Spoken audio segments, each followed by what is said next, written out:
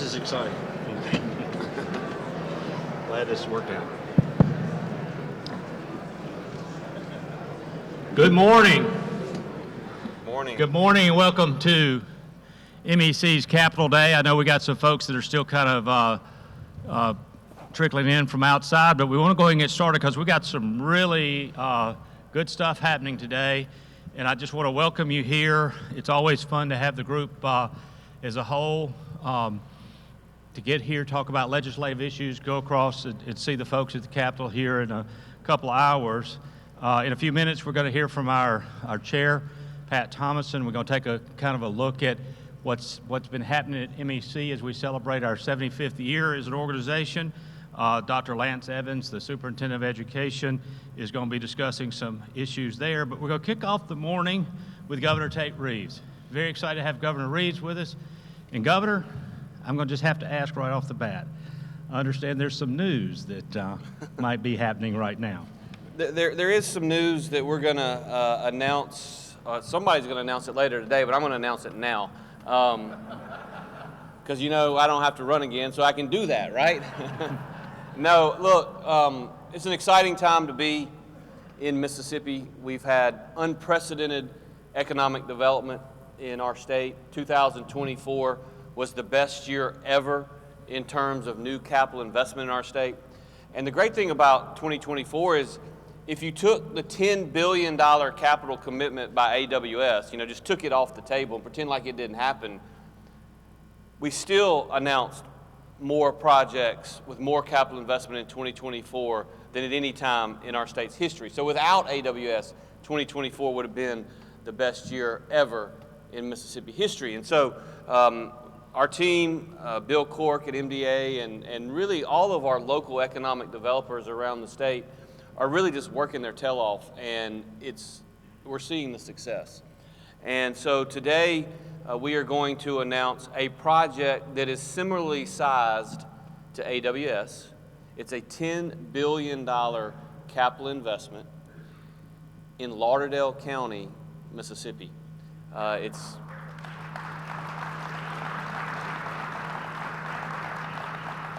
All of the major data center projects include very large companies, some of the 4 or 5 or 6 largest companies in the world, and they all have a different business model, and that's one of the things that we have been able to learn about over the last couple of 3 years. And this particular company is a company out of Dallas called Compass Data Centers. They're committing to $10 billion, thousands and thousands of jobs, huge amounts of local fee in lieu tax going to the locals, and literally going to be just yet another record-breaking year in 2025, started off by this huge announcement, which is now tied for the largest economic development announcement in Mississippi history. So, congratulations to you, your team, to our local folks, to all of those that were involved. I know that with MEC we have a lot of our folks that are involved in economic development, whether it's our utilities and others. But to see this happen is really important. You mentioned that because you and I sat here last year and talked about that in the first 4 years of your term, you had about $6 billion of investment, about 5,000 jobs created, and we thought, man, that's some really good stuff. And then within 2 weeks, the AWS announcement comes, all that, and now today, this major announcement with the Compass. Why is it so important that we continue to build on this foundation that has been put in place for our economic development growth? Well, obviously, we want to see our economy growing. And, one of the great statistics that occurred in 2024, not only because of the existing businesses that we have here that are doing phenomenally well, the existing businesses that we have growing, combine that with the new companies that are coming to Mississippi, the Amplify project that we announced last year, which was almost $2 billion in CapEx up in Marshall County, which is ahead of schedule and booming up there. I know we may have some people here in the room that are very familiar with that. But hey there they are. Thank you all for being here. I know Scott really appreciates you being here at MEC Capital Day. Look, the fact is we want to grow our economy. And in the third quarter of 2024, which is the most recent data that we have, Mississippi's GDP grew by 5.1%. That was the third fastest GDP growth in America. So for those of you that have been in Mississippi for a long time, did you ever think we could grow our economy faster than 47 other states around the country? And so that's why these investments are so important to our state. That's the reason that the success of our local businesses are so important. And the reality is you just can't spend 20 or $25 billion in a state whose total GDP is 120 billion without making a difference, without moving the needle. And that's what's happening in our state, and every business that is here benefits from that. Now, it also creates some challenges, obviously. When you have that many jobs, when your unemployment rate is as low as ours is. I tell the story for my entire life, and I've been involved in economics and finance at some level, at least since the early to mid 90s. In my entire life, Mississippi's unemployment rate was always the national average plus 1.5% to 2%. Always. Until about 4 years ago. And now, in 2024, month after month after month, we saw unemployment rates at the lowest levels in the history of our state. We saw unemployment rates that were somewhere in the neighborhood of 1.5% below the national average. Right now, the national unemployment rate is about 4.3%. Mississippi's is about 2.9%.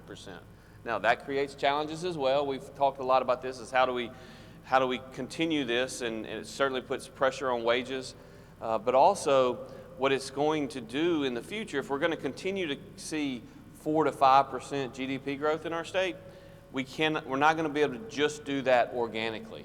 We've got to see more population shifts into our state. We need to see more workers moving into our state. Part of that, improving our image as a state, is going to help with that. But if we're going to continue to see those kind of numbers, that kind of GDP growth, it's going to take a combination of intrinsic growth plus population growth. And you just touched on something really that I wanted to ask you about, is that these major announcements that we've had, they've been a mix of things, but it's really opened the door for us, particularly from technology perspective. How is that helping change how others view Mississippi? Well, there's no doubt that when some of the largest companies in the world, Fortune 5, Fortune 100, Fortune 150 companies, choose Mississippi, it sends a ripple effect, because when you're on the front page of the Wall Street Journal above the fold, a lot of people see that. And a lot of people, both in government as well as in the C-suites of major companies, are trying to figure out now, why is everyone choosing Mississippi? Why is Mississippi winning project after project after project? And we kind of want to keep that secret sauce quiet. I mentioned population growth a little bit earlier. I like to joke with some of my political friends that in a lot of ways, Mississippi is the best kept secret in the world, and a large majority of my supporters want to keep it that way. But I don't. I want to see our economy growing, and I think that we have ample opportunity for that. And so not only are we seeing companies in all spaces take a second look at Mississippi, clearly the capital investments being made by large technology companies and the types of jobs they are bringing. So we're not just having successes in terms of the size and the scope of these capital investment announcements. It's different kinds of jobs, and it's jobs that require a different level of skills. And the reason that's so important is because these jobs that we're announcing, by and large, they ain't $25,000, $30,000, $35,000 a year jobs. These are much higher paying jobs. It's the reason our per capita incomes are up 35 to 40% in the last 4 years in Mississippi. We've moved more in terms of absolute dollar numbers in the last 5 years in per capita income, I think, than we moved in the previous 30 years. And it's because they're requiring different skills. Now, that also makes it imperative that we are successful in training and retraining our workforce for those jobs of the future. I see Courtney Taylor here, who runs Accelerate Mississippi. I couldn't be more happy with the progress that Mississippi has made in workforce development and workforce training. Site Consultant magazine just came out with their end of the year report in the last week or so, and Mississippi, when we redid our workforce training in 2020 and 2021, we really wanted to get more like what Louisiana was doing and more like what Alabama was doing because they had been successful. Well, in the most recent report, Mississippi is ranked third in the Southeast for workforce development by site consultants around America, ahead of both Louisiana and Alabama. And so I think it's clearly a statement as to what Scott has done, what the private sector leaders of the State Workforce Investment Board have done, and then what the staff has done at Accelerate Mississippi. And look, the big winners in all of this are all of you that run businesses, because our workforce is more capable and more competent and more qualified today than we've ever been. We've got more work to do, we recognize that, but wow, we've come a long way in a short period of time. Well, and that's one of the things I wanted to ask you is to your point, I appreciate the opportunity to serve on the State Workforce Investment Board, work with Courtney and her team, but how can we as the private sector continue to help grow that for you and make that something that is really important to continue to focus on workforce? Well, I think more than anything else, the role, obviously, when we reconstituted the State Workforce Investment Board, it was really important to me that we had private sector leadership on that board. Really, really important, because I'm of the opinion that oftentimes government doesn't do a whole lot well, and we certainly aren't going to be phenomenal. Government's never going to be phenomenal in a political environment of training the types of people that, for us to determine the types of people that you need. So the major role that you play is constant communication, helping us understand, helping the State Workforce Investment Board, helping Courtney and her team understand the types of employees and the types of skills that they need. Now, what we're going to always say is, okay, help us understand what are the high demand fields in your particular industry and what kind of skills do those individuals need, and oh, by the way, how much do they make? Because we don't want our incentives going to creating jobs that are below our average wage in either a county or the state, and we don't want our workforce training dollars to be spent on the lower skill, lower wage employees, because we know we have scarce resources. And so if there are openings and there is a need for welders and other areas such as that have higher wages, that's where we want to focus. We're not just going to do that, but that's where we're going to focus. Well, and we're excited about that, the relationship that we have with Accelerate, the conversations we've had, particularly as it relates to a project, our Work Future project that we're beginning to stand up, is designed to help make that connection between the private and the public sector as we go forward. We got just a couple more minutes, so I want to shift to taxes for just a second. I know that's something that even when you were Lieutenant Governor, we spent a lot of time working on issues. It's still very important for us to have a competitive tax environment. Why is this something, it is always something you continue to look at? Well, look, let's start with where we are financially as a state. We're in the best financial shape Mississippi's ever been in. We're in the best fiscal shape Mississippi has ever been in. My last year as Lieutenant Governor of the state of Mississippi spent $5.8 billion on the general fund budget. Last year, the legislature spent $7 billion on the general fund budget. When I was first elected state treasurer, that year, it was $3.2 billion budget in the state of Mississippi. So it has grown considerably, even though we have cut taxes twice in the last 7 years. The largest tax cut ever in the history of the state in 2016, followed by a slightly larger one just 2 years ago. And so, look, there are always going to be those who want to spend more, and what we have, I think, proven is a willingness that when it makes sense to do that. But also understand that even though the budget has grown in the last 4.5 years from $5.8 billion to $7 billion, We collected over $7.8 billion last year. So we had an $800 million surplus just in fiscal year 2024.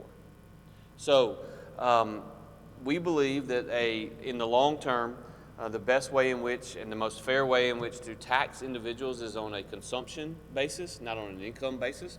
We believe that we need more people in the workforce. We need more people working. And the best way for you to get more of something is to tax it less. And so that's why many years ago, we have worked very diligently over time to try to reduce and hopefully ultimately eliminate the income tax in our state. And that's something that I am committed to. I think we can do it. I think we can do it quick. And I think we can do it in a responsible way. Now, some of you are probably thinking that, the income tax doesn't really matter. And maybe you're right. But I will tell you this. 2 years ago, we cut the income tax in Mississippi from 5% to 4%. By the way, we also have the highest exemption in America. So everyone that wants to talk about all the taxes that the lower income people are paying, just understand in Mississippi, if you make $36,600 a year and you're married, you don't pay a penny of income tax in Mississippi. Our income tax schedule does not begin until $36,600 for a married couple, and that's with no dependents, by the way. So just a married couple doesn't pay a tax up to $36,600 of their income. But we cut ours to 4% for everything above that back a couple years ago. Last year, Arkansas got in 2022, Arkansas got a new governor. Their governor came in, and last year during their legislative session, they cut their income tax to 3.9%, which I'm sure was just a random number that they picked out of the air. Fast forward about 4 or 5 months, in 2023, Louisiana got a new governor. They came in, and in the late summer, early fall, they cut their top bracket on their income tax to 3.5%, which again, I'm sure was a random number. It had nothing to do with the fact that Arkansas was at 3.9 and Mississippi was at 4.0. And so there is a world that we live in which while we have been more successful than most in terms of economic development, and I would say we in the Southeast region, with the exception of Texas and South Carolina and Georgia, which we have competed with on a lot of projects, we've been more successful than all. But the reality is it is a competitive marketplace. And we're not only competing for new capital investment, we're also competing for new human capital and additional human capital, and bringing those individuals into our state to be able to do what we're trying to do. We have to understand that we have borders, and everybody that lives in Mississippi that is south of the Tennessee border has an income tax. If you live north of the border, you don't, and that's just a fact. And so we know we have Texas to our west, Florida to our east, and Tennessee to our north.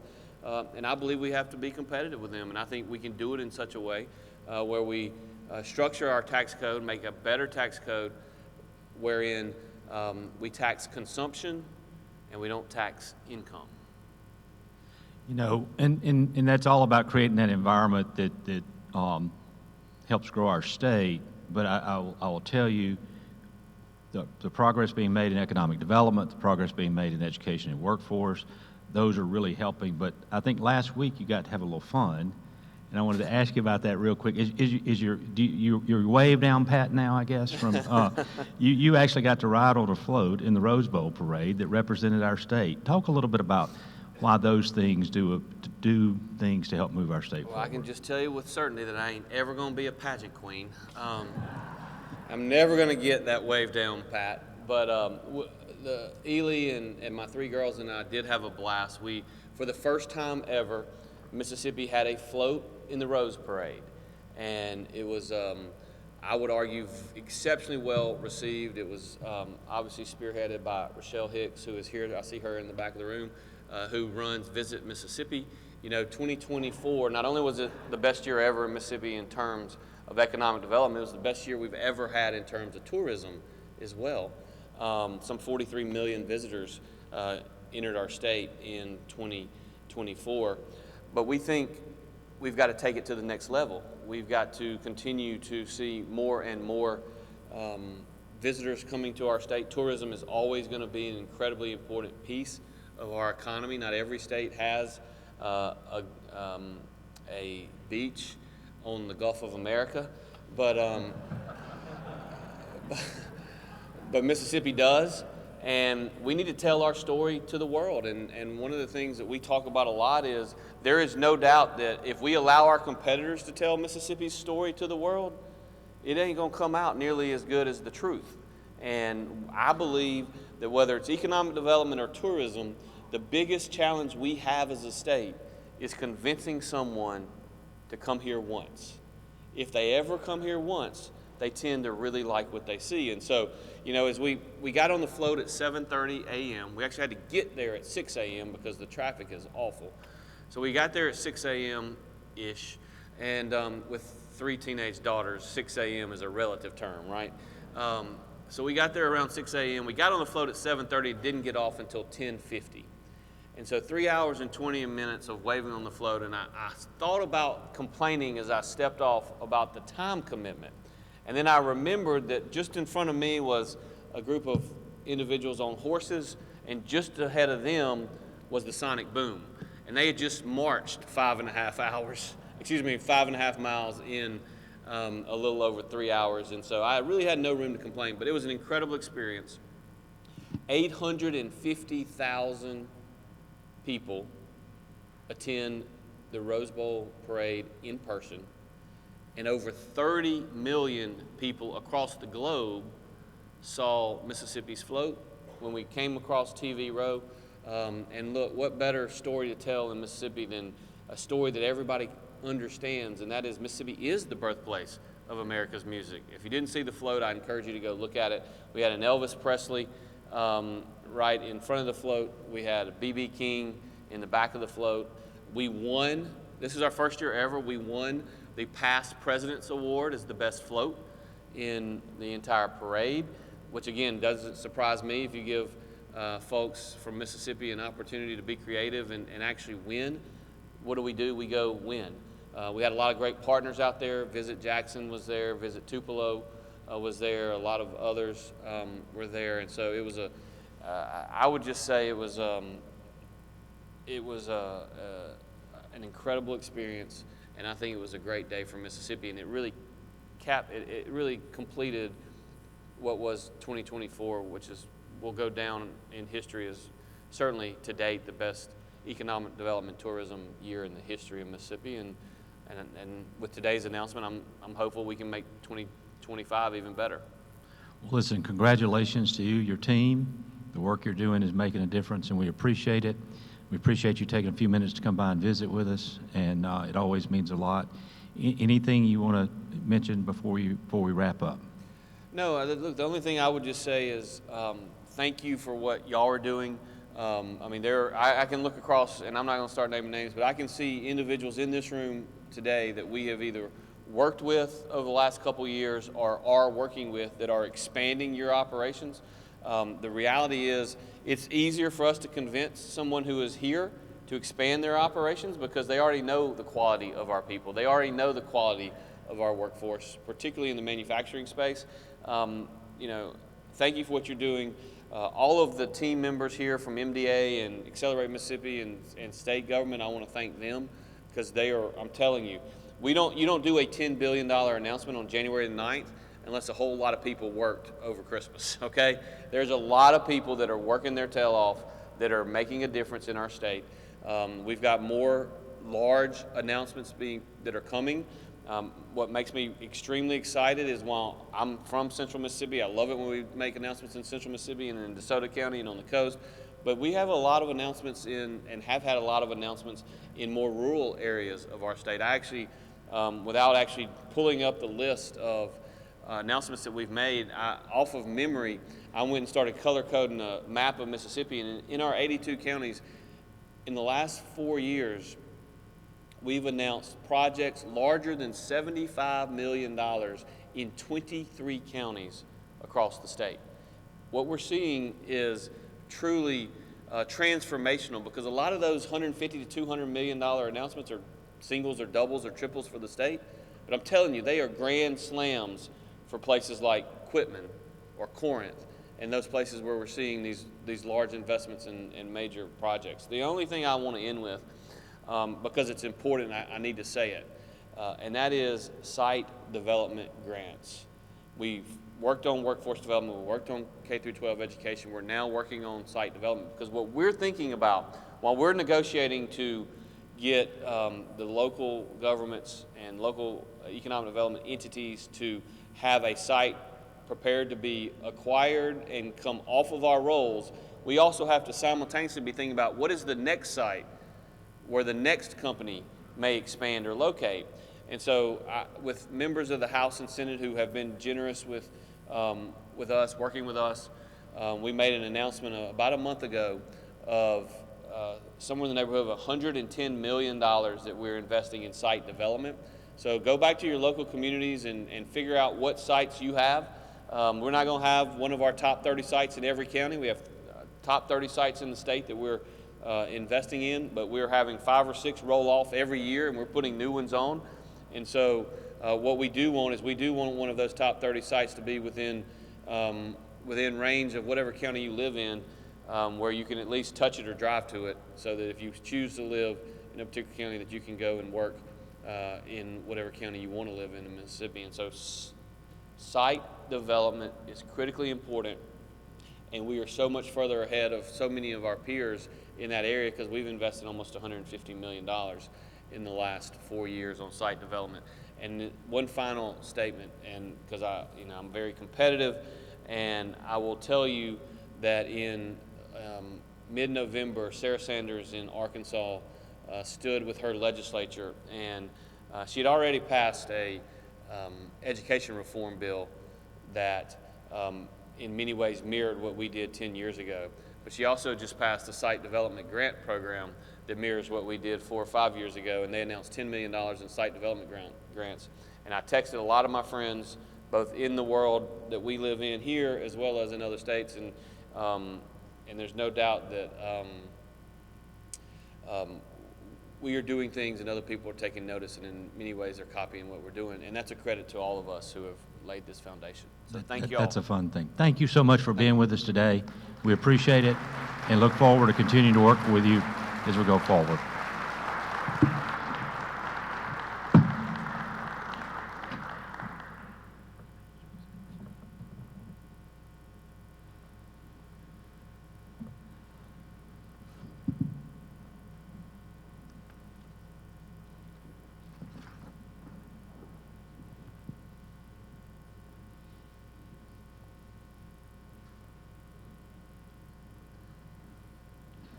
Come on up, Pat. Good morning. Good morning. Right now, it is my great pleasure to introduce the MEC Chair for 24-25, Pat Thomason. Pat, thank you for all you do. Thank you for what you've been doing for our state. And we really are very happy. Pat is the CEO of Thomas & Company, which is based in Philadelphia. And this morning, we're just happy to have you with us. So. Well, thank you, Scott. Welcome, everybody. It's good to be here. Isn't it nice to be a Mississippian today? I mean, great. I'm excited about what Governor Reeves just said, excited about the new legislative session we have underway. Capitol Day provides an excellent opportunity for all of us to get together and talk about ways to move Mississippi forward. So I'm just glad to be here. Well, I want to start real quick by talking about, the governor talked about all the different communities across the state that are impacted by the things that we're doing and trying to expand to all parts of the state. But I think at the local level, sometimes the amenities, if you will, or the things that you work on is important. And I know in your local community, you're very involved in what was initially the renovation of the Ellis Theater, and now is what the Congress of Country, Marty Stewart's Congress of Country Music. Last week, y'all broke ground in Philadelphia, or last month, y'all broke ground for the actual museum part of that. Why are those local things so important for our state, and why is it important for our businesses to be part of that process? Mississippi has a rich cultural history. And decades ago, our state leaders realized that we need to show it off. It helped tourism, and it's helped our quality of life.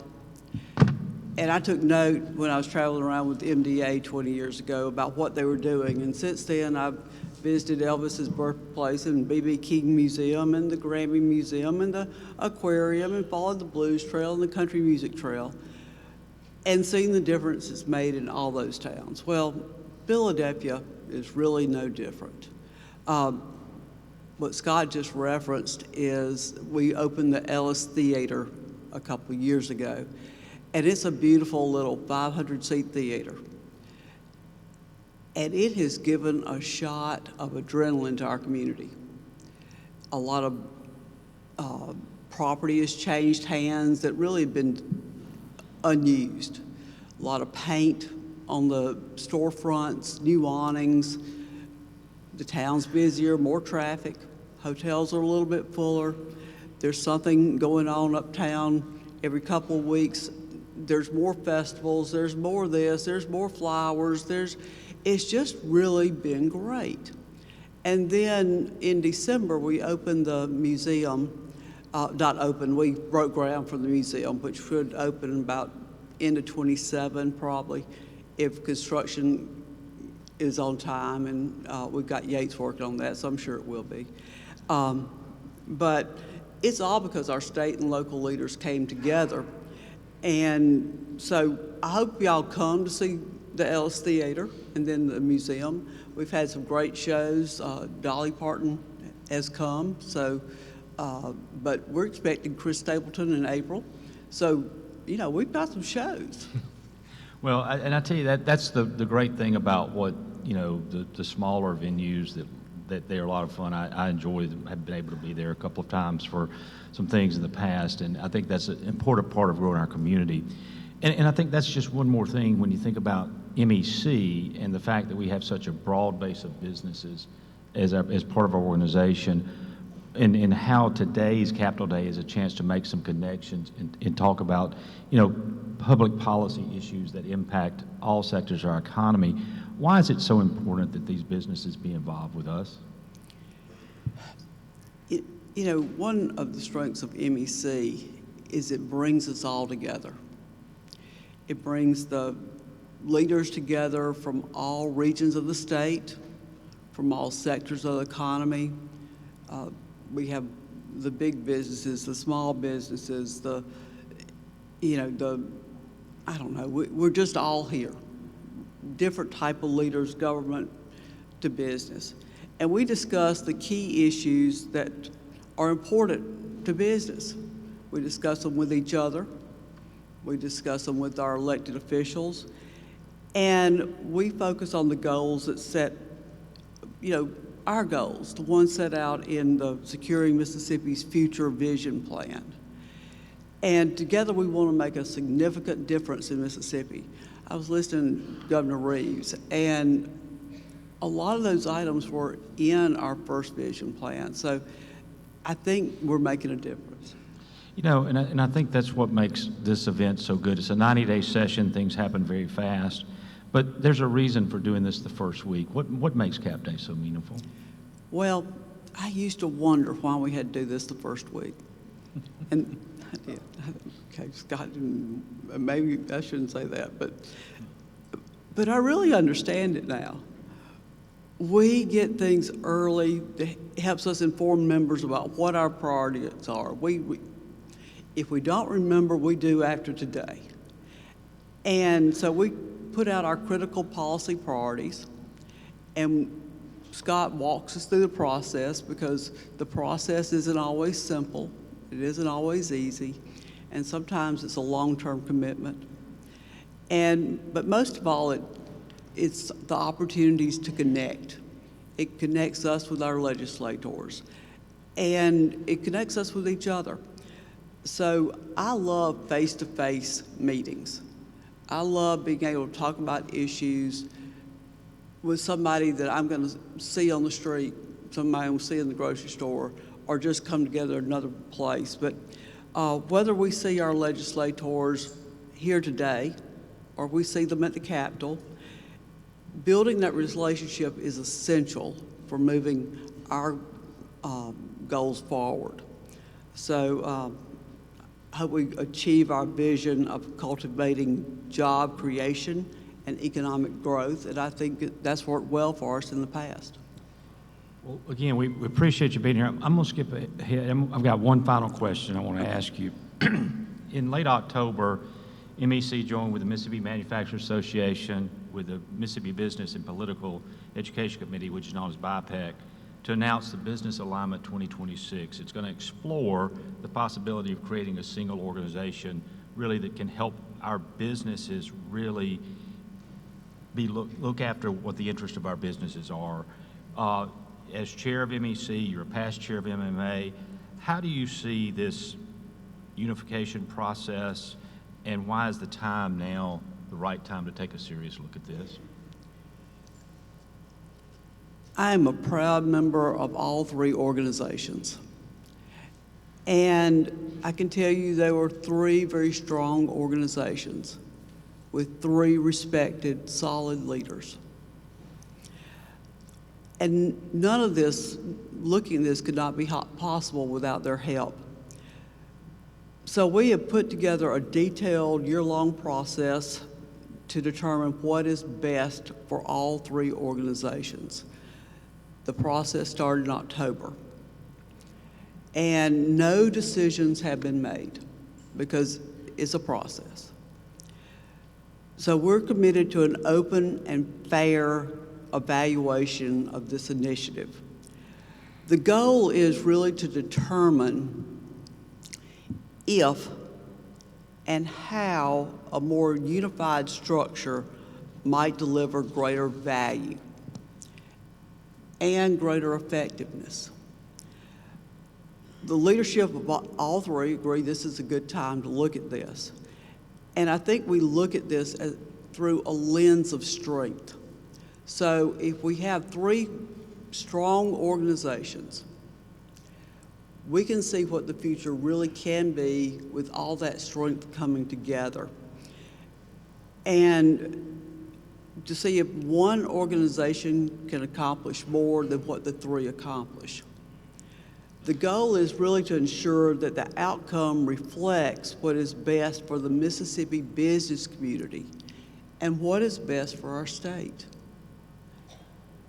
Well, we're excited about this process. I think it's something that for our members and the members of the other organizations is really worth exploring. To your point, no decisions have been made, but I think we're moving down a path to really see what that may look like. So we're excited about that. We appreciate your involvement in that. Any final thoughts before we move on to the next?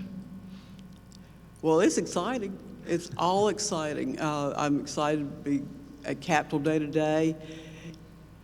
It is a wonderful day to be in our state capitol. I was energized by Governor Reeves' announcement, but there is so much more on the plate for business.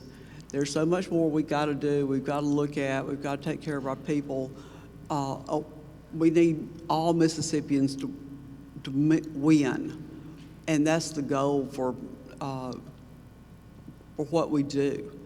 And I want to give a special thanks for Governor Reeves for coming, all our legislators for coming down here today, for being here and sharing their time and thoughts with us.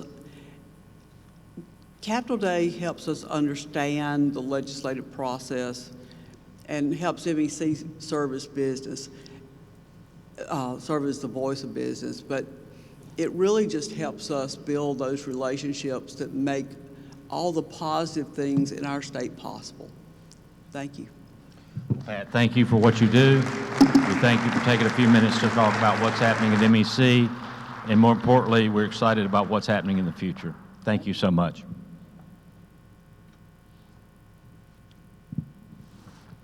When you choose natural gas, showers stay hotter for longer, towels get fluffier, bank accounts tend to put on some weight, and our blue planet gets a little greener. Atmos Energy, your natural gas company. Mississippi needs more skilled workers. By 2031, 63% of jobs will require training beyond high school. Woodward Hines Education Foundation is expanding access to certificates, degrees, and beyond. Learn more at woodwardhines.org. Well, again, thank you, Pat. Right with us now, we have Derek Bodart. Derek is with Superior Optical, who is our morning session sponsor. And I think it would be great just a little bit more about what y'all are do. So when did Superior first come to Mississippi? Superior first started in 1991 by a Navy veteran named Powell Walker. And he started it in his garage, basically, is what he did. And then he grew it slowly through time, where they got bigger buildings, got more machineries and everything like that. And where they got to an 8,000 square foot machinery building back in 2014. And then they moved into another 12,000 square feet because it was just slowly, getting bigger and bigger. And then that brings me into the picture. I bought it and purchased it with a couple other folks back in 2017. And since then, we've taken it and quadrupled it in the first 3 years, both revenue and size. We now have a 45,000 square foot facility. So talk a little bit about what you manufacture so people can understand, because this is truly a manufacturing process, correct? Correct, yes.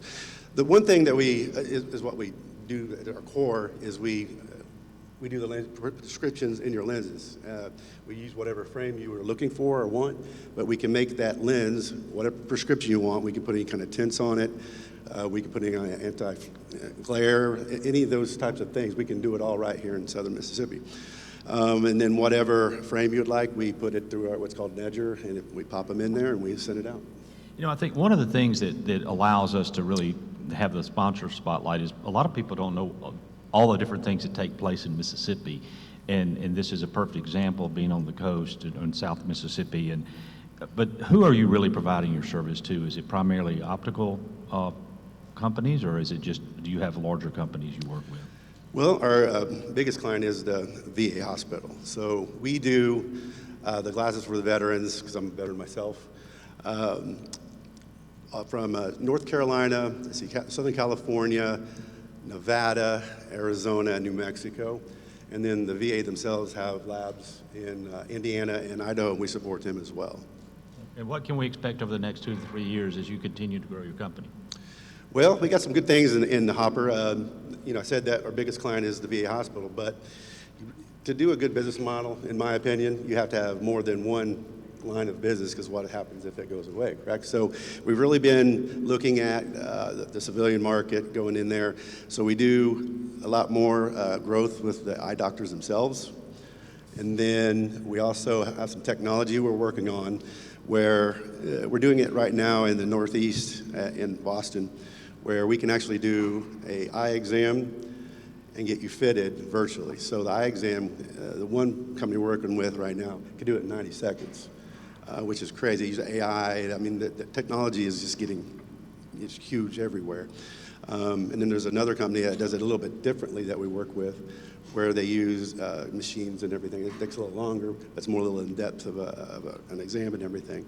So anyway, we're looking at those, and we're putting those in right now as a Stop and Shop. I don't think anybody knows who Stop and Shop is here, but put them in there. But we have a couple other big box stores, the two largest in the United States. I can't say their names, but you could probably figure it out. And we're going to do some work with them as well. So, then we do some work for Native American tribes. And so we just try to divide it up and conquer that way. That's what we try to do. Some good things we got going on. And one thing I'm proud of is we did receive Best Company in Mississippi. It's veteran owned and operated. And we're actually up for that in the United States. So I'll find out in July, and so I'll meet the president. So it's going to be pretty cool. Well, we'll pull him for you for sure. Well, listen, Appreciate thank that. you for taking a few minutes to visit with us. Thank you for your sponsorship. We could not do these programs without the sponsorships that you provide, and all of our other sponsors provide as well. So we really appreciate you. Appreciate you guys. Thanks. Hi. Thank you. And again, I want to bring to your attention, it's throughout the program we'll be showing our our corporate and leadership sponsors on the screens. Again, thank y'all for what you do. Thank you for allowing us to do this. And as Dr. Evans comes to the stage, we'll continue on with our program. And we really are very excited about having Dr. Evans as our State Superintendent of Education. He has only been officially on the job for about 6 months, but he's already doing a lot of great things, and we're happy to have. He is a native Mississippian. He was educated here. He was a teacher, a coach, assistant principal, district superintendent in New Albany. Had A-rated schools under his leadership. Has done a lot as it relates to workforce development, particularly some strong ties to manufacturers in the area up there. And we very think that having someone like you in that office of Superintendent of Education for the state is going to be vital for the business community to build those connections. So with only 6 months on the job, I know that the cliche of drinking out of a fire hose is probably about as accurate as you can get. But tell us a little bit about what the transition's been like. What are the kind of the things you're pleased with? What are the surprises, I guess, if there've been any? Yes, sir. Again, thank you so much for, excuse me, for allowing me to have the opportunity to participate in MEC Capital Day. But the transition's been really good. It is, in Mississippi, how the moving into the position that I'm currently in the process of being hired by the board and then transitioning over to being approved through the Senate, I did have an opportunity to participate in the last legislative session to some extent, so that helped with that transition. But actually transitioning into the day-to-day operations of MDE has been very, very successful. A lot of great support. We've got a lot of very high-level people there. They're very supportive. Our local district superintendents have been very supportive. Community colleges, relationships with Accelerate, MEC. I value those relationships, and we'll talk a little more about those as we go through our conversation. So when you started your tenure, you kind of outlined 6 primary goals of where you see the greatest opportunities for both short and long term. Talk about why those are important and really what you want to kind of focus on. Yeah, so those 6, I tell people those were just the big 6. There are several other. I'm one of those type people that I have got a habit of biting off a lot more than people think we can chew at times, but just keep pushing forward. Some of the biggest areas for potential growth are directly related back to that integration of workforce development in the K-12 world. This is my 26th year, 25th or 26th year, they start running together in the K-12 arena. And what I would tell you is 20 years ago, you would have never seen the connection between private business and industry into the K-12 world. About 15 years ago, I started recognizing that transition and that push. And now there is a direct correlation between business and industry.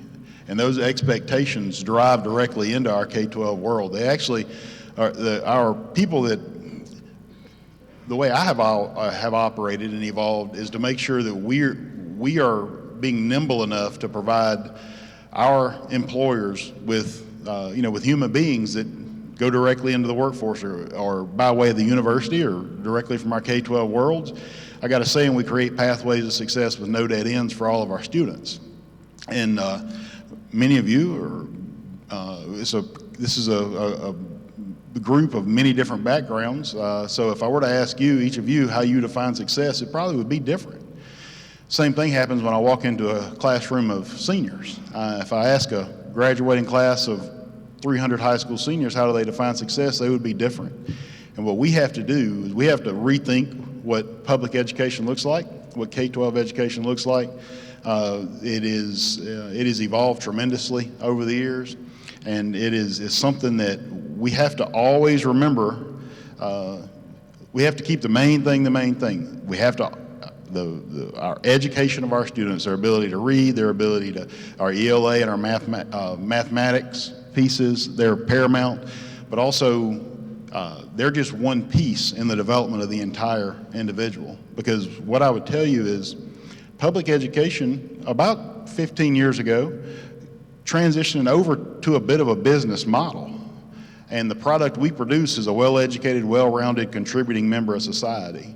But also in that evolution, what I've seen is the importance of school districts to be nimble to meet the needs of the business and industry that's in their specific areas in which they represent.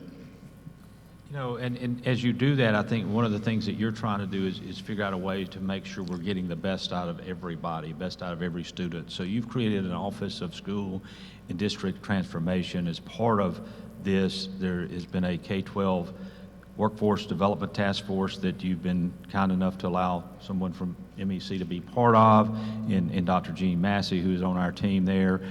Talk about, if you don't mind, kind of what the goals for the office are and what your vision is overall for the task force also. Yes, sir. So that office, the title of it being the word school before district is intentional. Because historically, the way we've operated in our districts that have struggled academically is the department at times has to go in and take over the entire school district. When that happens, there's lots of other issues that go along with that. My desire is not to take over our goal. I can speak for our state board. They have no desire to be the school board for a school district. They're the board for the Department of Education. So this transition in thought from an academic piece is to provide that intense focus and support at the school level, because typically in a district that's struggling, what you find is, it's a hypothetical, if there's 10 schools there, 3 of them are really probably pulling down the entire district. So we go into those individual schools and take a very targeted approach. Think of it as, like if you were to, and I hate to use this example, but shooting a shotgun at something, how you may or may not hit the target, and transitioning over to that, what I would say more of a rifle approach, if you will, because we have to drill down to the things that move the needle. And in that office, the school improvement is in that, the Division of School Improvement. Also, what you find in that office is workforce development, career and technical education, as well as we've created this Office of Workforce Development that resides in that office. John Farrell is the chief of that office. He's worked with me for the last 18 years and is very heavily involved in career and technical education and the workforce development piece. So now the goals of that task force is that first meeting, we started the process of creating a pre-K through 12 workforce development program for the state. It's very important that from the department, we are providing the systems. I'm a very systemized human being. Because the difference in systems and policies and procedures is systems will generate similar results no matter where you are. If the system's in place, we may have to change the amount of ingredients, if you will. It's like a business model that people have. It's a quality control piece.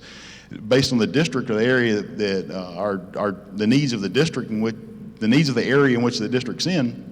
But if we put this systems-based approach in, not all of our districts have operated from the idea of the importance of workforce development. They don't necessarily understand, it's not a negative what I'm saying, but it just hasn't been a focus there to understand the importance of this.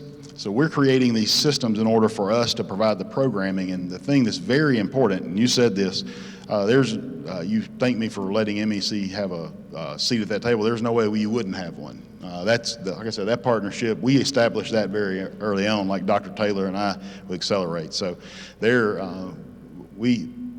public education has to evolve, and we're in the process of evolving that. And then I think it's going to always evolve, and I think over the last couple of months there's been a lot of discussion at the national level about education and like what might happen with the federal Department of Education and so forth. There's always things that come down from that have an impact on the state, particularly as it relates to accountability. Is there some things you see coming on that front that we might actually be able to help us be better at what we do in terms of accountability here in the state? Yes, sir. What happens at the federal level?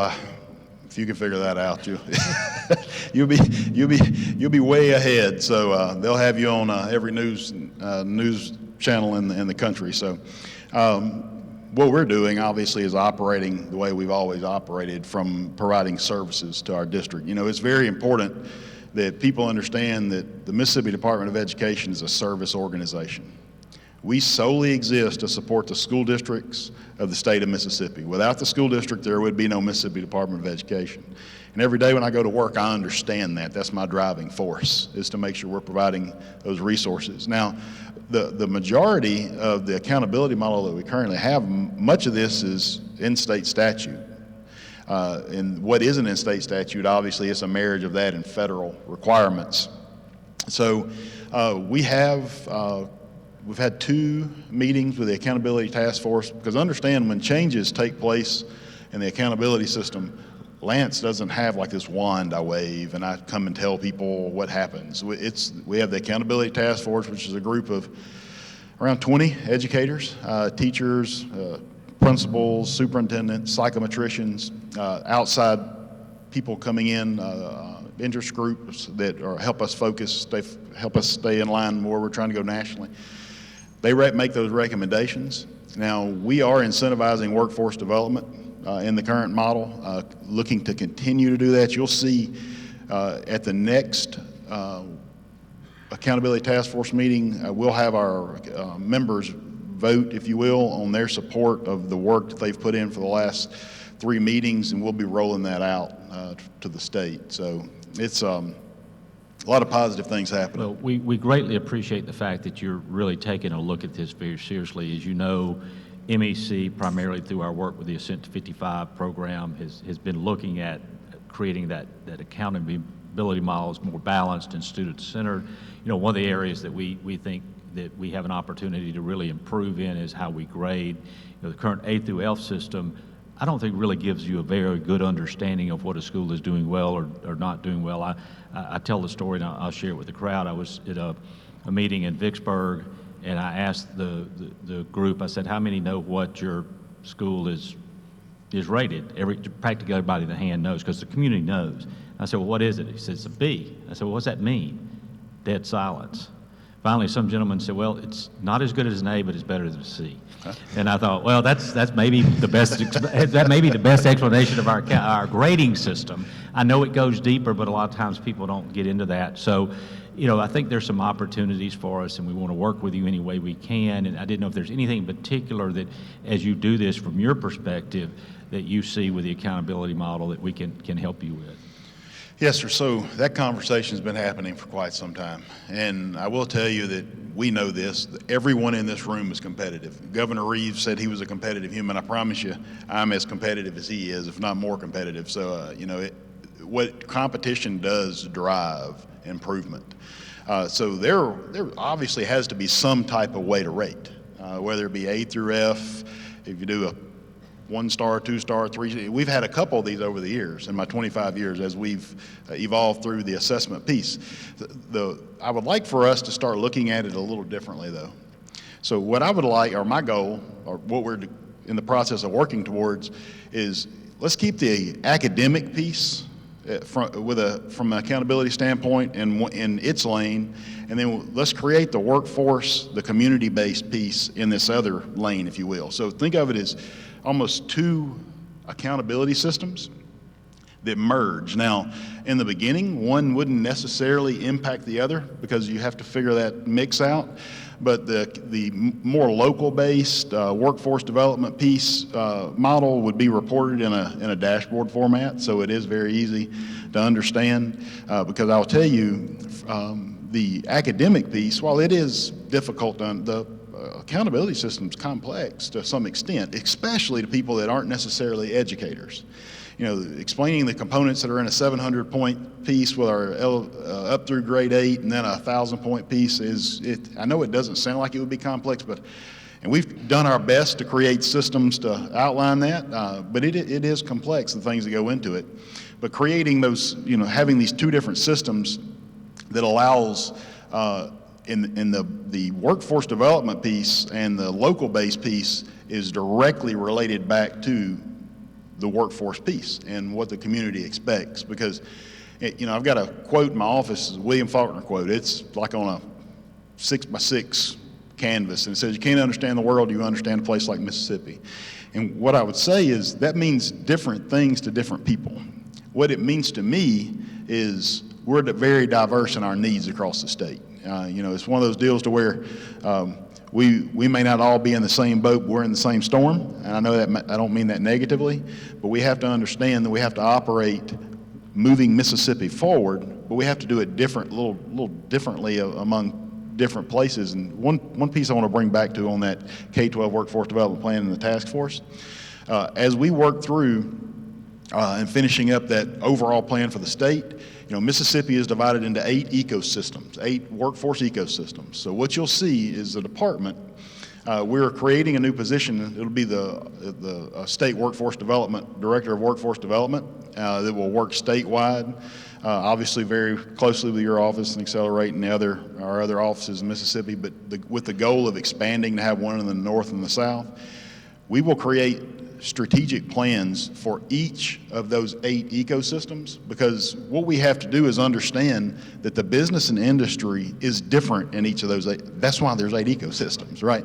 Because it's different. So what we'll be able to do is measure the return on the investment and targeting dollars towards each of those ecosystems. It's a way, it's common sense to me.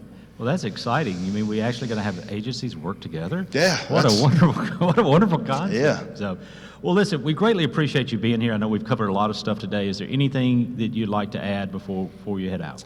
No, the one thing I would ask is, it is paramount that we understand the importance of the relationships of private business and industry into our K-12 world. So I have made a living over the last 10 years, if you will, on understanding that as a district superintendent and cultivating those relationships. Because we have to understand in the K-12 world that we have to ask you what you need. And the other piece of it is we're in the process now, at a very good meeting yesterday at the Capitol, we're in the process now of defining like a clear definition of what is the expectations of career and technical education in the K-12 world, what is the expectations of the community college. Because right now, we have a bit of a blending at times, and I've been guilty of it. As a district superintendent, it's how it is. As you kind of move through the process, you see things differently, and we are actually, that's another task force that'll be getting kicked off this summer. We're going to go ahead and start that work. Dr. Taylor was at that meeting as well, so I'm really excited about that. So, but my thing is I need our private business and industry to please reach out to your local superintendents.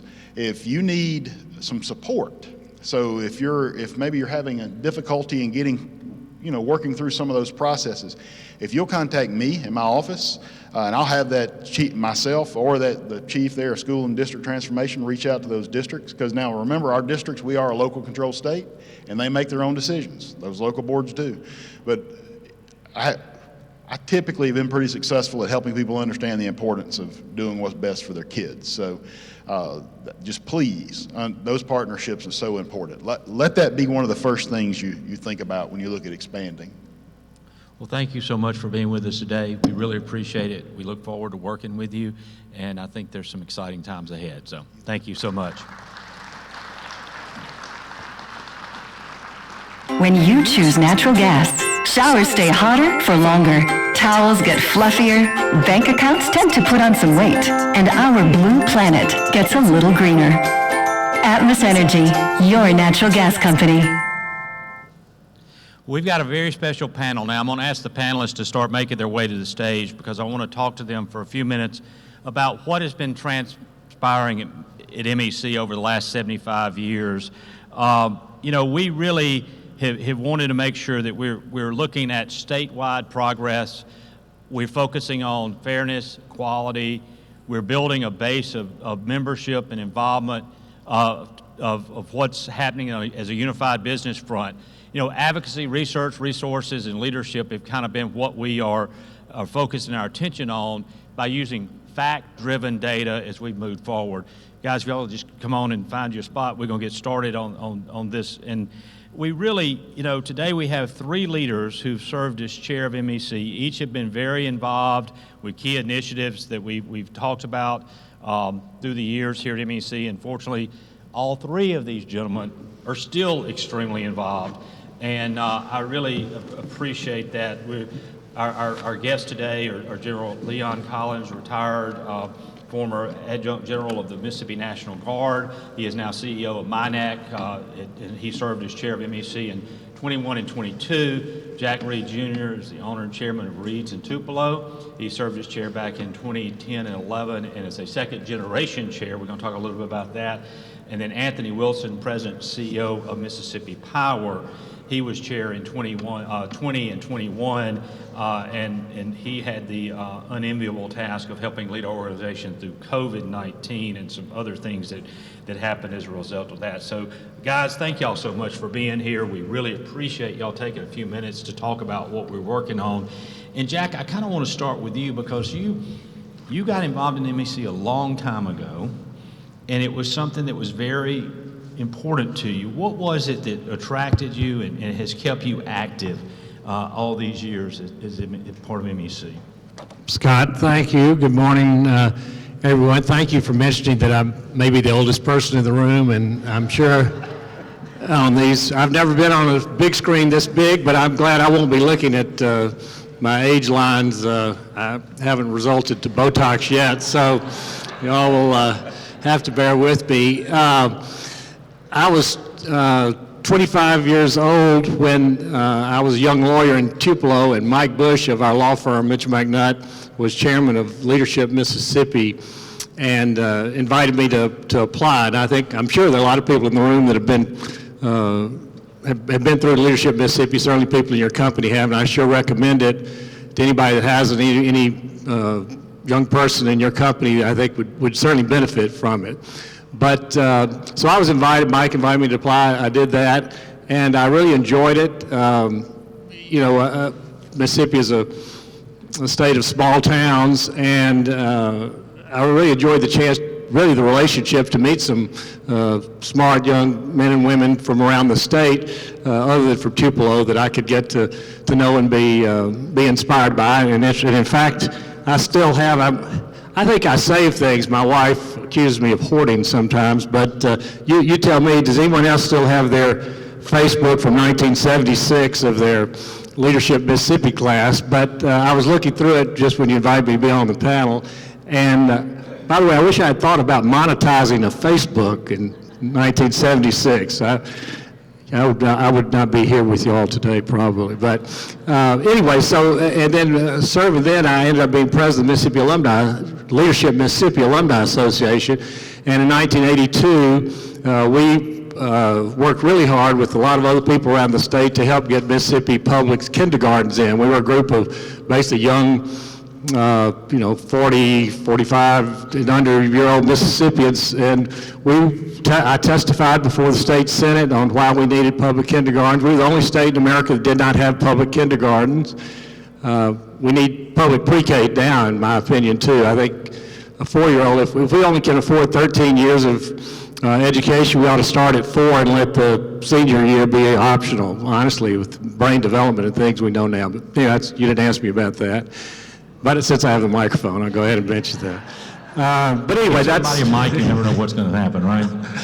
Anyway, all that to say, when I had the opportunity to be involved on the state board of directors, I took it, and I really have enjoyed those relationships, and so thank you.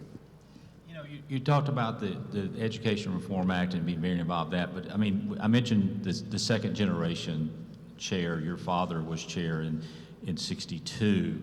And, that seems like, I'm sorry, 63 and 64, but he too was a very strong proponent of public education. Can you reflect on why this was important to him and why it's part of what sets you up to do the things you do today?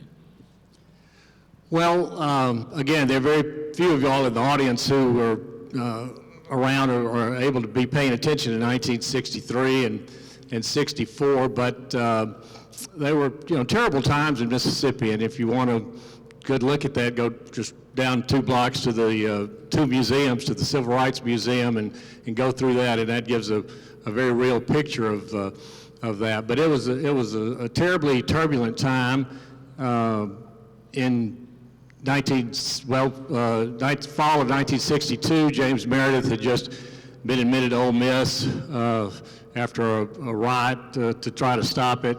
In 1963, In June, Medgar Evers was murdered in his hometown, in his driveway here in Jackson in 1964. 3 young civil rights workers who came in from out of state to help our state get voting rights for African Americans were murdered and buried in a dam outside Philadelphia. So those are facts. Those aren't. That's not a novel. I mean, those were the facts that the state was going through, and the governor, Governor Barnett, the lieutenant governor, and the Speaker of the House were all against integrating our public schools. And so the MEC, my dad was 38 years old, and he was the president-elect of the Mississippi Economic Council. Maybe a reason we need more young people and get people like me off the board, get some of you younger people on it. But anyway, he had the opportunity to speak in Jackson here on January 22nd, 1963. It was called a civics action meeting, citizens action meeting. I think they were expecting, how are we going to defend this integration challenge? And instead, what Dad did was, as president-elect of the MEC, he spoke very strongly that we absolutely need to keep our public schools open, and not only that, we need to keep, and the governor wanted to close from elementary to graduate schools, close every school in America rather than integrate them. And he said, not only do we need to keep them open, we need to keep supporting them. And there were several dozen legislators at that meeting. They walked out. Some other members of the just meeting like this, a lot of them started walking out when he started talking about that. But it was by being the president-elect of the Mississippi Economic Council, he was the first white leader with any pulpit, with any authority to have a chance to say something publicly in that regard. And at my dad's funeral, Governor Winter said it was the most important speech by a white Mississippian during that era. So the MEC certainly had a lot to do with Dad having that opportunity. And it's something that over the last 60 years we've continued to focus on education and how do we improve it, and we'll continue to do so. And I think there's a lot of times we get into some issues that look at the overall importance of the state. And I know, Anthony, as I mentioned earlier, you were chair at a time when nothing was normal because COVID was not a normal time for us.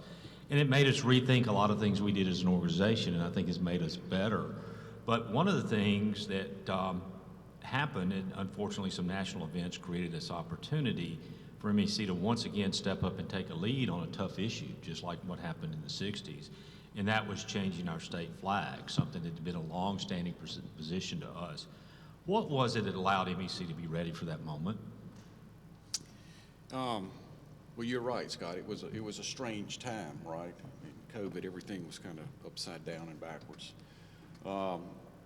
But we had, like you said, as a result of a lot of things that were going on in the country, an issue that had been important to MEC for a long time kind of came back to the forefront.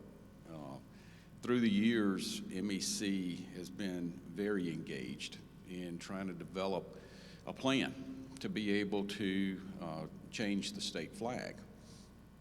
And, we had worked through that.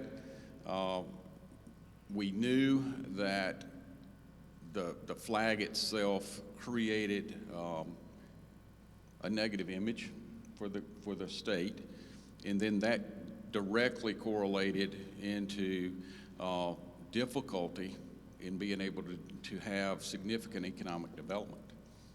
So that made it an issue.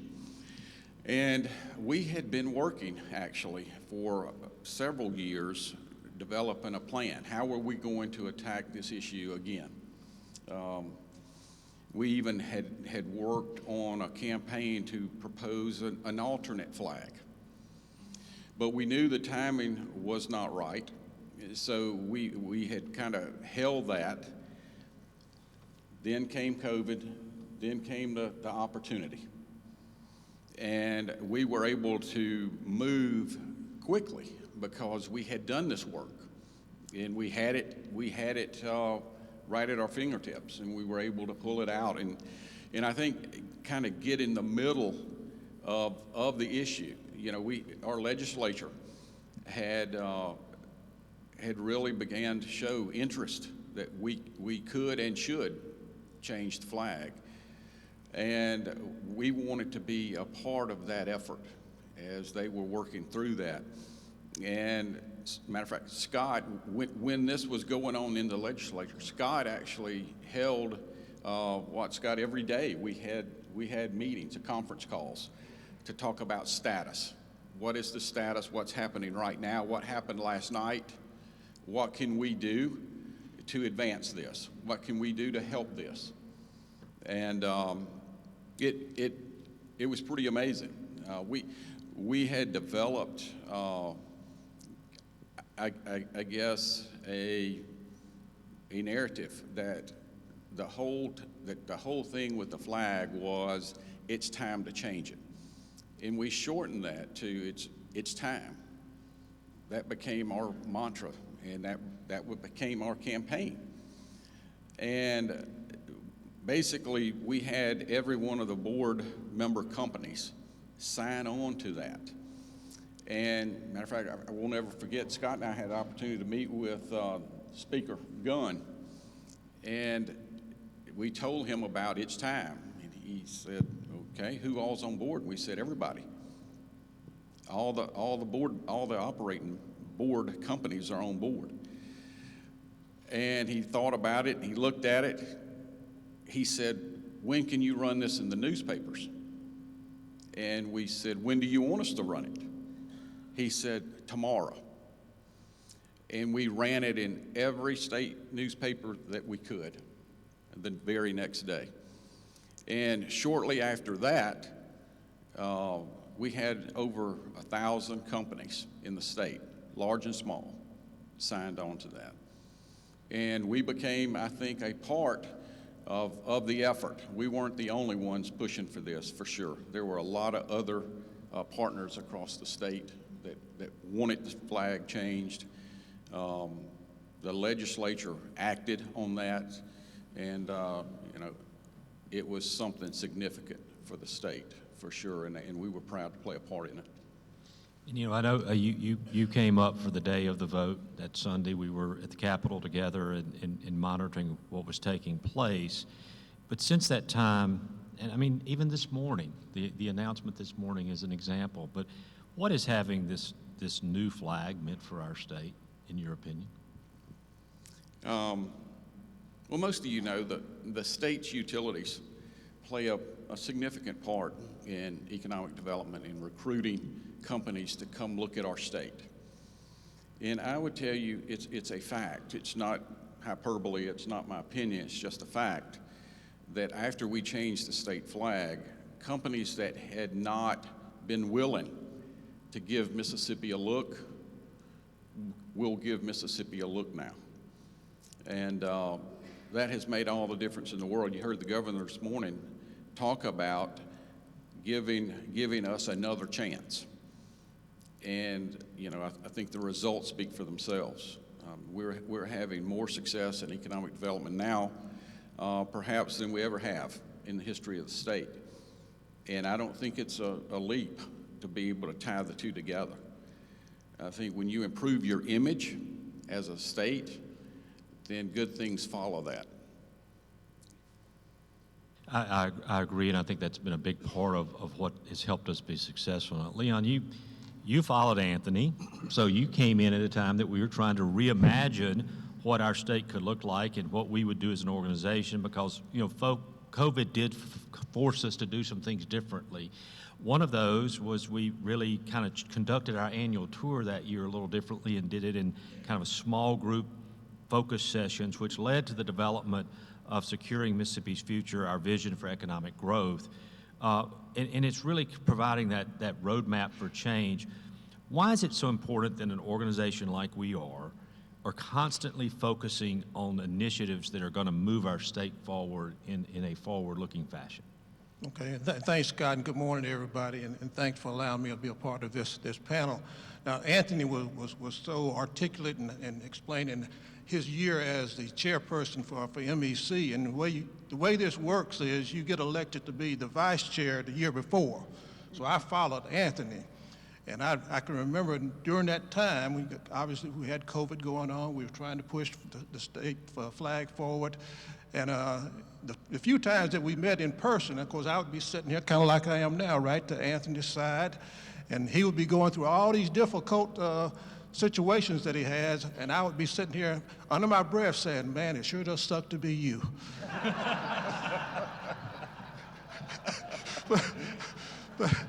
But he did a great job that year, and he got us through the pandemic, and he got us through that major issue that we were talking about.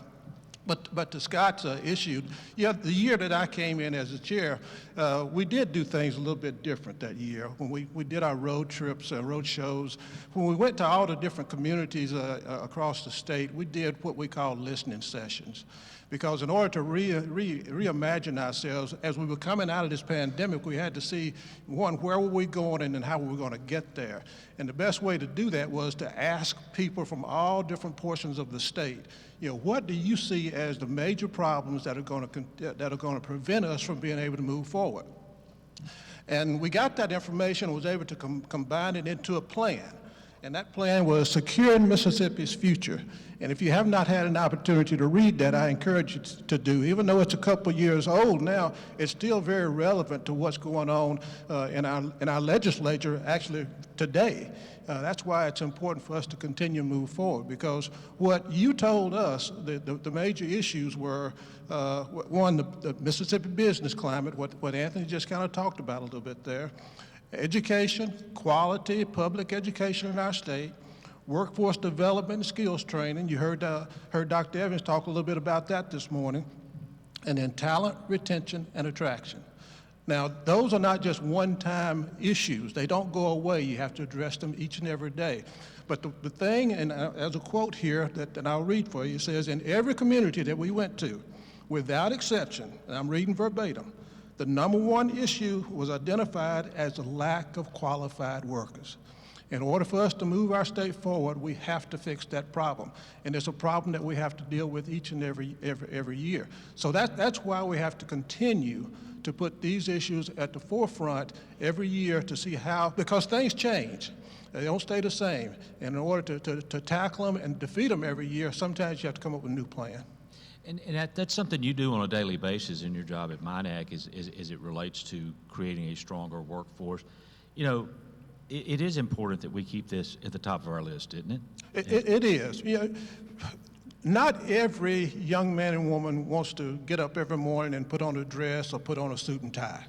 And there are a lot of occupations in this state where you don't have to do that. At MEC, we run Job Corps centers, and we teach trades: carpentry, plumbing, electrician, welding, LPNs, culinary artists. These are types of jobs that once the individual is trained, they can go out and get hired almost immediately. And not only that, make a good wage and make a good living. Everybody still, I think, wants to have that American dream, the house, the picket fence, 2 kids and a dog. You can do that with these trades. So it's important to give individuals options, because one thing we want to do, and I mentioned that talent retention, we want to maintain our young people in this state because they're the ones that are going to help us move forward. And I think that idea of having that plan, that approach to doing that is important. Jack, when you were chair, the Blueprint Mississippi was being developed, the second alliteration of Blueprint Mississippi. The concepts in securing Mississippi's future are based in that blueprint model. It's something we still follow, and Blueprint Mississippi is a still important part of it. It was a really massive endeavor, about $1 million of research that went into it. Why is it so important that when we're doing these types of things that we look at truly fact-driven data in driving the decisions we're making on our objectives that we want to work on? Well, I think just as business people, we know, facts matter, the truth matters, and that's what we try to use for our own decisions. That's what we want the state and the elected officials to use. I was lucky enough to be in an economic development meeting once with Jim Barksdale, one of our greatest, if not our greatest, Mississippi entrepreneur, and he said this. He said, when I meet with my teams at Netscape, I say, bring me the facts. If we're just going to use opinions, we'll just use mine. I thought that was pretty honest, and so I think that's the same thing we try to do with our legislators. We try to give them the facts. We try to be apolitical. We say, look, these are the best things that these are the best ideas we have. They're research based, and I think that's what we can count on. Sometimes the legislators or the governor, they may not agree with it, but at least we say these are facts that have been researched. Maybe they might have enough, surprisingly, perhaps humility enough to reconsider their own position once they're met with the facts. I want to just take one, since I've got 2 minutes left, and I gave a very short answer to a long question, to read, because I think in the 75 years history of the Mississippi Economic Council, I think this has helped us get to where we are, and I hope it will help us going forward. But these are the closing lines of a speech my dad gave a couple of weeks after the one I was just referring to. He gave it at he actually gave it at the 15th Mississippi Economic Council annual meeting, so 60 years ago today. But he said this, I personally believe it is our duty to guide and create public opinion, not just reflect it, to be a voice, not an echo. It is far more important that we be right than we be popular. I do not believe the MEC should ever deliberately seek controversy, but God help us if it sacrifices principle to avoid it. I think those are pretty good words for us to continue to live by.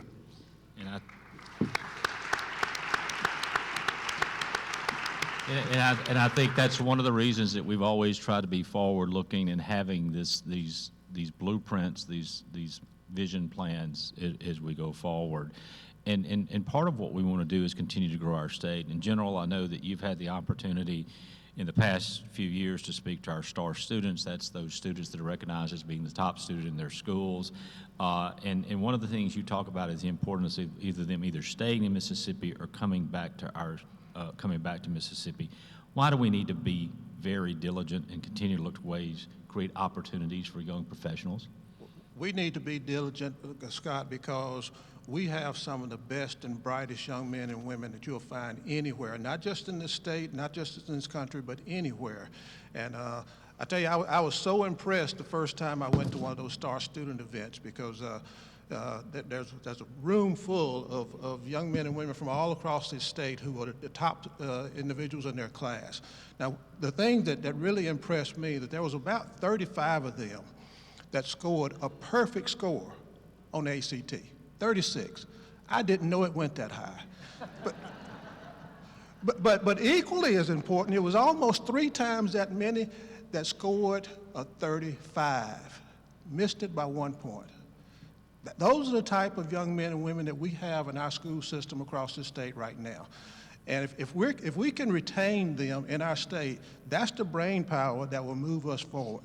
Now, and I'll share this story. Scott can back me up on it. You know, at the end of the program, we always recognize the top 3 students, the top 3 out of all of those very smart students, that high school seniors that were there. And of course, they're brought up on stage. They're given a scholarship and maybe some other prizes, and they're all given about 2 minutes to make a speech. And of course, they identify themselves, tell where they went to school, they thank their parents and their teachers, and then they tell where they plan to go to college. Well, this one particular year, Scott and I were sitting kind of like we are right now, and all 3 of them said that they were going to go to school at the University of Alabama. Now, I'm an Ole Miss graduate, Scott's a Mississippi State graduate. We just looked at each other and said, how did that happen? Now, maybe Alabama was offering some kind of, I don't know, sophisticated degree that we weren't offering here in Mississippi, but I find that hard to believe, because we have some of the best colleges and universities that you're going to find anywhere also. So, yeah, and sometimes they leave. But the goal for us is to have something here that attracts them, to bring them back to our state, because it's important, because our state is in competition. We're in competition with other cities like Nashville and Dallas and Houston and Atlanta. And the new kid on the block, Scott, is Huntsville, Alabama. But we have to have something that's going to bring those young men and women back here to help strengthen our state to where we can continue to move forward. I don't know if you remember this, but you were not able to attend the next year, and I texted you that the top 3 students the next year, one of them was going to Ole Miss and 2 of them are going to Mississippi State. So we something good happened in that year's time frame to change that. So, but it was a very poignant kind of moment there that made us realize, hey, we gotta focus on this. Anthony, one final question for you before we wrap up the panel. During your time as chair, we also worked on completing a strategic plan for the organization. The process had started under the leadership of Lex Taylor, who was the chair prior to you, and we were able to finish it. We had to put it on pause, unfortunately, because of COVID, but we put it together, and there were four goals for strengthening the chamber, our organization, over the next 3 to 5 years at the time, and we're in the, I guess, going into the 4th year of that right now. But one of those goals was to align the business community to enhance effectiveness and influence. I know this is important to you. Pat and I talked about it briefly earlier, but give me your thoughts on that one particular item of our strategic plan, which has now led to the Business Alignment 2026 project that we were discussing. Yeah, Scott, and I think Pat did a great job talking about why you might want to consider doing this. And I can tell all of you, if an item gets in the strategic plan, Scott's going to do it. So it was in there, but it was not just randomly placed in there. It's an opportunity, I think, to make our organizations better. We looked at the fact that we have 3 really outstanding organizations. They're doing very similar work. Their missions are similar, not exactly the same, but they're very similar. And we talked about the fact that many of the organizations in MEC also have long-standing memberships in the other 2 as well. So we had a lot of duplication. And that, Lex had talked about that the year before. And that's how we started actually wanting to do something about that as we developed the plan the next year. And, the truth is, and all of us know in our businesses, that your business, in large measure, has everything to do with how clear and concise your communication is, either amongst your employees or amongst you and your customers. And that could be a potential weakness of ours going forward. It perhaps has been in the past, where you have 3 organizations, similar in nature but not exact. They each naturally will have their own take on an issue that's in front of us. It would be much better for all of us if we had a singular voice, if we could talk about that issue the same way no matter who we were in front of, especially the legislature. And interestingly, yesterday, many of us were in a meeting with Speaker White, and he brought this up. And he said, we, the legislature, really think what you guys are pursuing is going to be helpful to us, because we get to hear a singular voice on what the business community in the entire state of Mississippi needs and wants from us. What do you think is going to make our state better? And this is going to allow us to do that. It's efficiency, I guess, at its root. It's a more efficient way for us to get our voice, our collective voice, out across this state. And we are very blessed at this moment.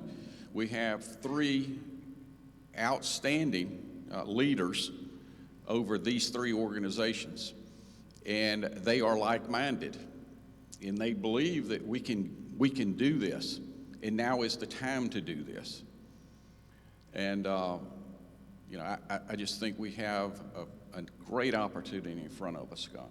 And to your last point, I think with John McKay at MMA, Derek Easley at BIPEC, the fact that we have worked through this process very purposely to get us to a point where we can seriously take a look at, is this what we want to do? So I think that as the announcement that was made in October points out, this is very defined on how we're going to do it, because we want to make sure that it's the right thing to do as we explore this, but it's something that we're very excited about. And I know a lot of people are talking about it. A lot of people have been very interested in where we are, and I again want to commend the two of them, both John and Derek, for what we're doing there. And I want to commend our board for having the vision as part of our strategic plan that was developed and put in place in 2021 to help us really talk about this. We've talked about a lot of stuff today and what's happened over the last 75 years. But it's also important that we continue to focus on strengthening Mississippi's future. At Hobnob, we introduced our Work Future initiative. The idea centers around developing initiatives to improve economic opportunities, create a future that works for us, and allow all Mississippians to prosper. I again want to ask you to turn your attention to the screen. We've got a very short video about Work Future that I want to play for you again so you can understand why we're focusing on making a future strong here in Mississippi.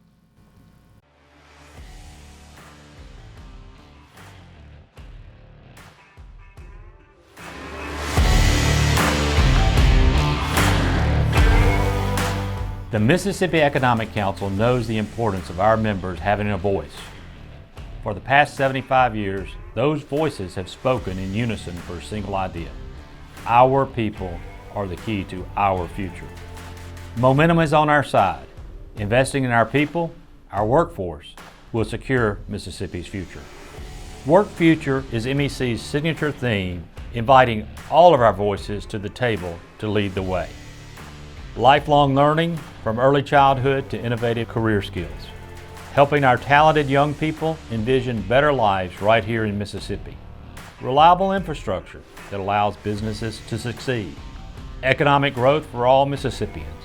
A healthy and productive workforce.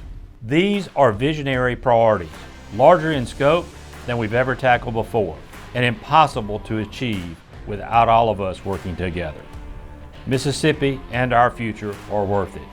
We need you.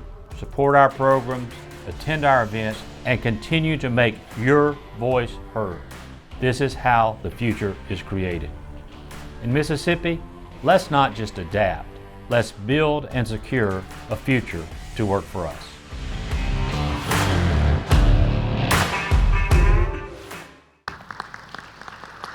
And without question, we do believe the future in Mississippi is very bright. I want to please join me in thanking our panelists, not only for their insight, but their dedication to MEC.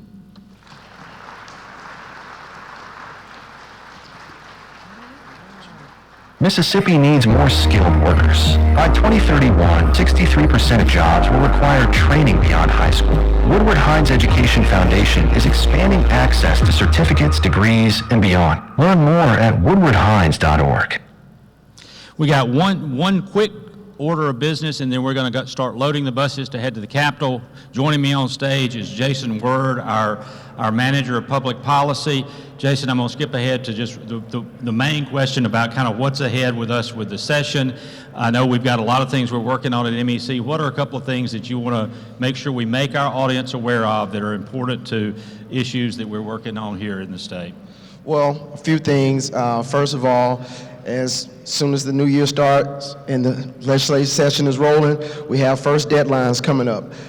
That's to request general bills. That'll be next Wednesday on January 15th. Filing deadline is Monday, January 20th, and for legislation to survive and must pass committee, that's on February 4th. So we're moving right along and ready to get going.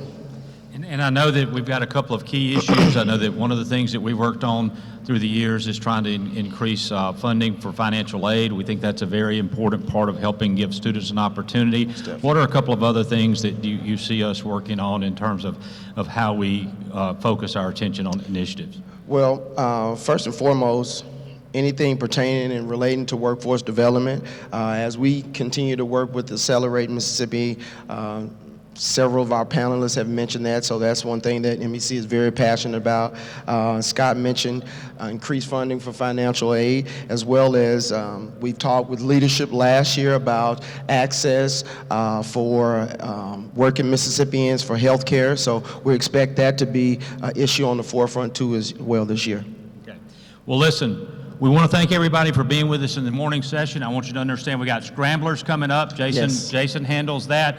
There's a list of those dates on the boards outside. Make sure you take a look at that. Also, you do Fast Five, which is y'all be on the lookout for his information on that. Any instructions for the crowd as we I just want to make sure everyone, if you don't see the sign, the first scrambler is January 22nd. So please come on out, get a great breakfast. It may be a little cold, but we enjoy you being there, and so we expect to have a great crowd. First one is sponsored by Jones Walker, so we appreciate all your support. And if y'all will head out to the buses, we're going to try to get to the Capitol. We're running just a few minutes behind, but I think we'll make that up if y'all help us get on the buses and get there. Thank you so much.